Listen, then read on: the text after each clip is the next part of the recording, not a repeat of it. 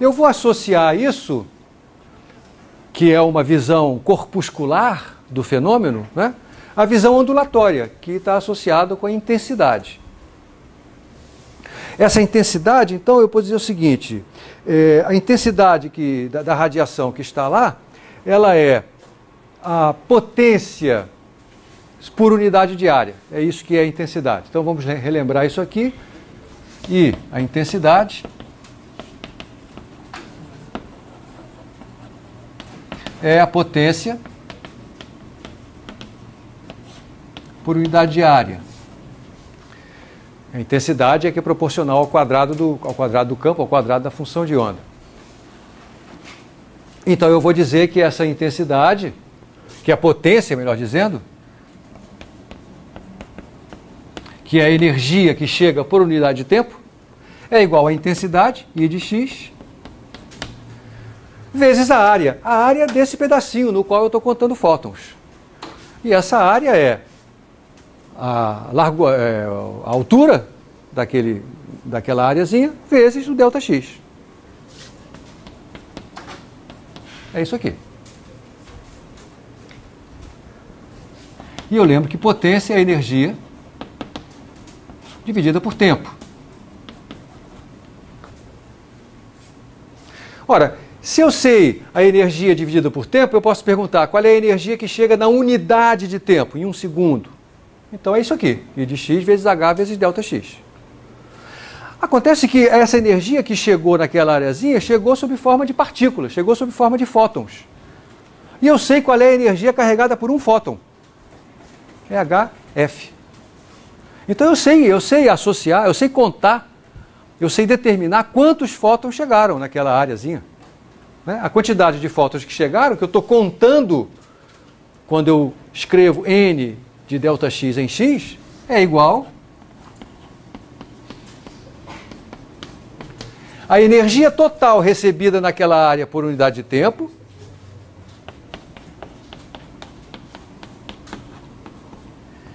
dividido pela energia carregada por um fóton.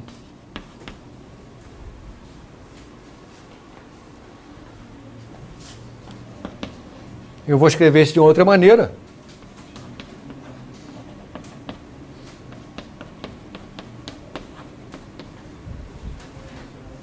Aqui está. Estou associando. Olha só, olha o passo gigantesco que eu dei aqui, quase que sem você perceber. Eu estou associando o caráter corpuscular desse fenômeno, a contagem de quantos fótons. Eu só posso contar quantos fótons porque eles exibem caráter de partícula, de corpúsculo. Associando isso a uma propriedade ondulatória, que é a intensidade associada ao campo eletromagnético, que é uma função de onda. Tá certo? Tem uma constante aqui, e aqui está a intensidade. Se eu dividir a quantidade de fótons que chegaram naquela região pela total de fótons que foram mandados, por unidade de tempo, eu vou ter a frequência relativa.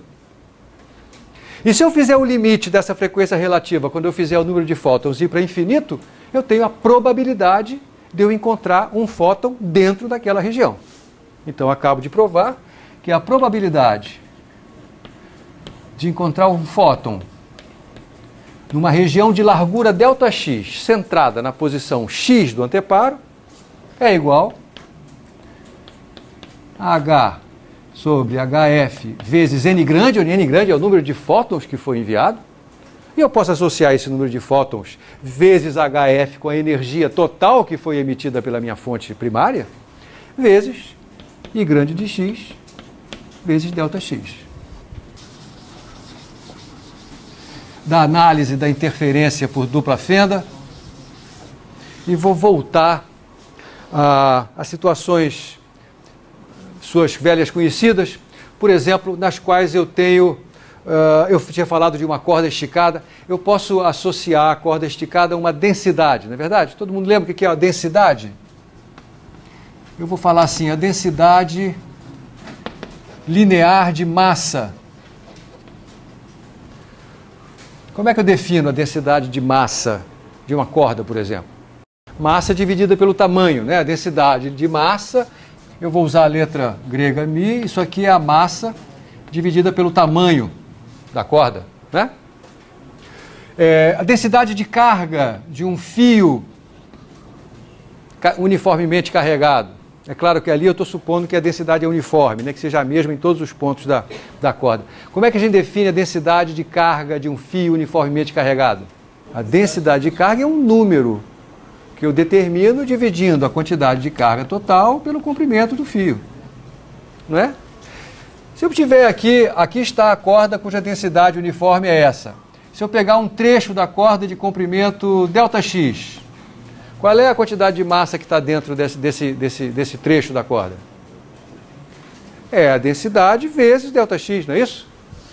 É μ vezes ΔX. Isso é a quantidade de massa que está aqui dentro. Da mesma forma, a quantidade de carga que está num trecho do fio de comprimento ΔX é a densidade lambda vezes o comprimento desse trecho, lambda vezes ΔX, né?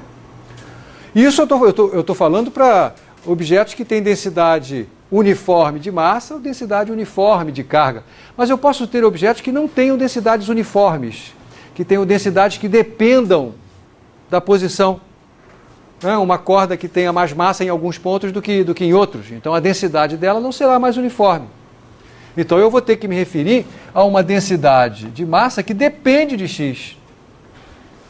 A uma densidade de carga que depende de x. E aí, se eu quiser determinar a quantidade de massa que tem num trecho pequeno ao redor desse ponto x, uma boa aproximação para essa quantidade de massa vai ser μ de x vezes ΔX. É isso? A quantidade de carga que está em torno de x, numa região de comprimento ΔX em torno de x, é bem aproximada por lambda de x vezes ΔX. E essa aproximação será tanto melhor quanto menor for ΔX, não é? Tá bom? Então, quando eu tenho alguma coisa cujo cálculo envolve uma função matemática de posição multiplicada pela largura de um determinado intervalo, eu chamo essa quantidade de uma densidade de alguma coisa. Aqui é a densidade de massa, aqui é uma densidade de carga. Você já viu onde eu vou chegar. Aqui eu tenho uma densidade de probabilidade. Legal? Então eu posso definir uma densidade de probabilidade que é... Deixa eu ver que letra eu vou usar para ela. Eu queria usar a letra P. Então aqui ó, eu estou falando de probabilidade. Vou botar PR para lembrar que é probabilidade. Eu quero usar a letra P para densidade de probabilidade. Então, a densidade de probabilidade associada à chegada de fótons do anteparo depois da experiência de dupla fenda é uma coisa que é proporcional